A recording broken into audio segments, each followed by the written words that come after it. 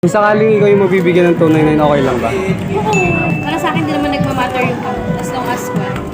Galing naman sa mahal ko. Okay lang sa akin kasi hindi naman ako bumabase sa material na bagay. Bakit okay naman yung 299, sir? Hindi mo naman kailangan maganap ng mamahal na tumising. So, okay lang sa'yo, te? Oo, syempre, asawa ko syempre maganda. Kung sakaling ikaw yung sa kalagayan ng babae, okay lang sa'yo? Okay lang. Hindi siya big deal para sa'yo? Hindi naman importante yung mahal na Si- wedding ring. wedding ring. Importante yan yung pagkasama. Mapangakuan lang kayo ng sa kasal, okay na yun. Kung mahal mo, ibigay mo ang nararapat. Kung mahal mo, huwag kang cheap. Kung mahal mo, bila mo ng pinakamahal. Apay makaungit, George. Yan, ang ilang komento na nakita at nabasa ko sa social media platform na Facebook. Pero ano nga ba mas mahalaga? Halaga ng engagement ring? O halaga ng inyong pagsasama? Ano nga ba?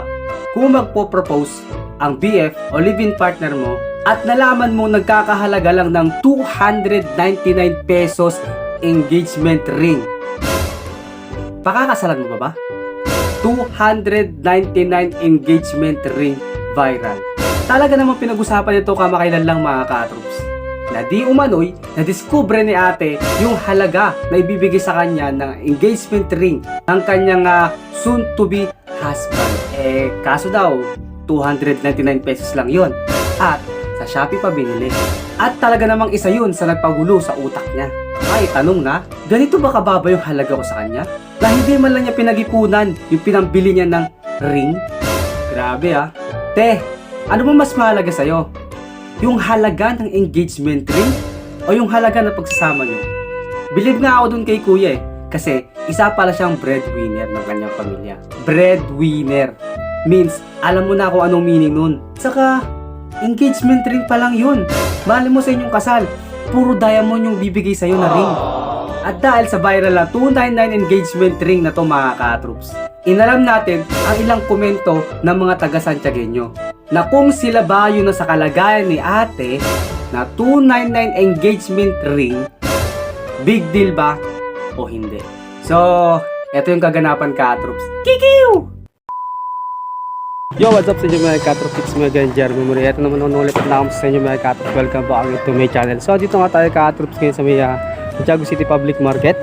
Yes, nakabalik tayo dito. And may hawak tayo ngayon dito na ito guys, to. Yes.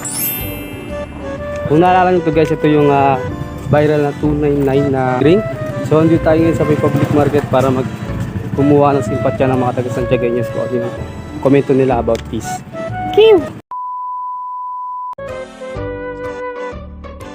Yes, we are mga ka-troops. So, andito tayo ngayon sa Santiago City Public Market at Unisan Mall sa Santiago City na kung saan kukunin natin ang ilang komento ng mga taga Santiagueño about sa viral na 299 engagement ring.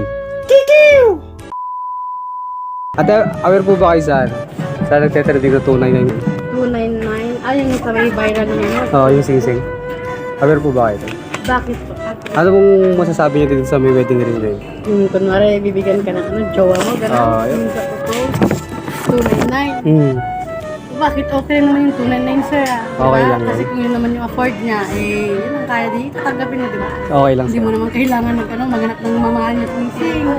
Yung iba kasi, Mahal ka na. madami kasi nag-viral di ba? Na ayaw nila yung 299 kasi Oo, kaya nga naman gusto nga nagbabiral eh. kung mahal mo daw, dapat mahal din presyo. Ayaw nila ng 299, kakarte. So okay lang sa'yo, te. Oo, syempre, asawa ko syempre maganda. Thank you, te. Inaantay. Okay lang sa akin kasi hindi naman ako bumabase sa material na bagay.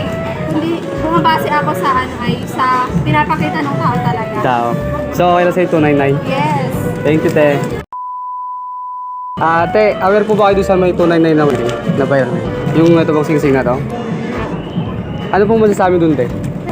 Okay lang. Okay lang sa akin. Okay lang. Kasi Bakit? ano, Kung sakaling ikaw yung mabibigyan ng 299, okay lang ba? oo. Para sa akin, di naman nagmamatter yung as long as well. Galing naman sa mahal ko. Sa mahal mo. So okay lang sa'yo, okay lang sa'yo 299. Yes lang. Thank you, te. Tari. Te, ano? Familiar ka ba sa ano? Yung ring ng 299? Yung ring ng 299? Ano ito? Familiar ka dyan? Anong ano mo dyan? Feeling mo, kung sakaling ikaw yung sa kalagayan ng babae, okay lang sa'yo? Okay lang. Okay lang. Hindi siya big deal para sa'yo. Ba't naman? Hindi naman importante yung mahal na Sing- wedding ring. wedding ring. Importante yan yung pagsasama.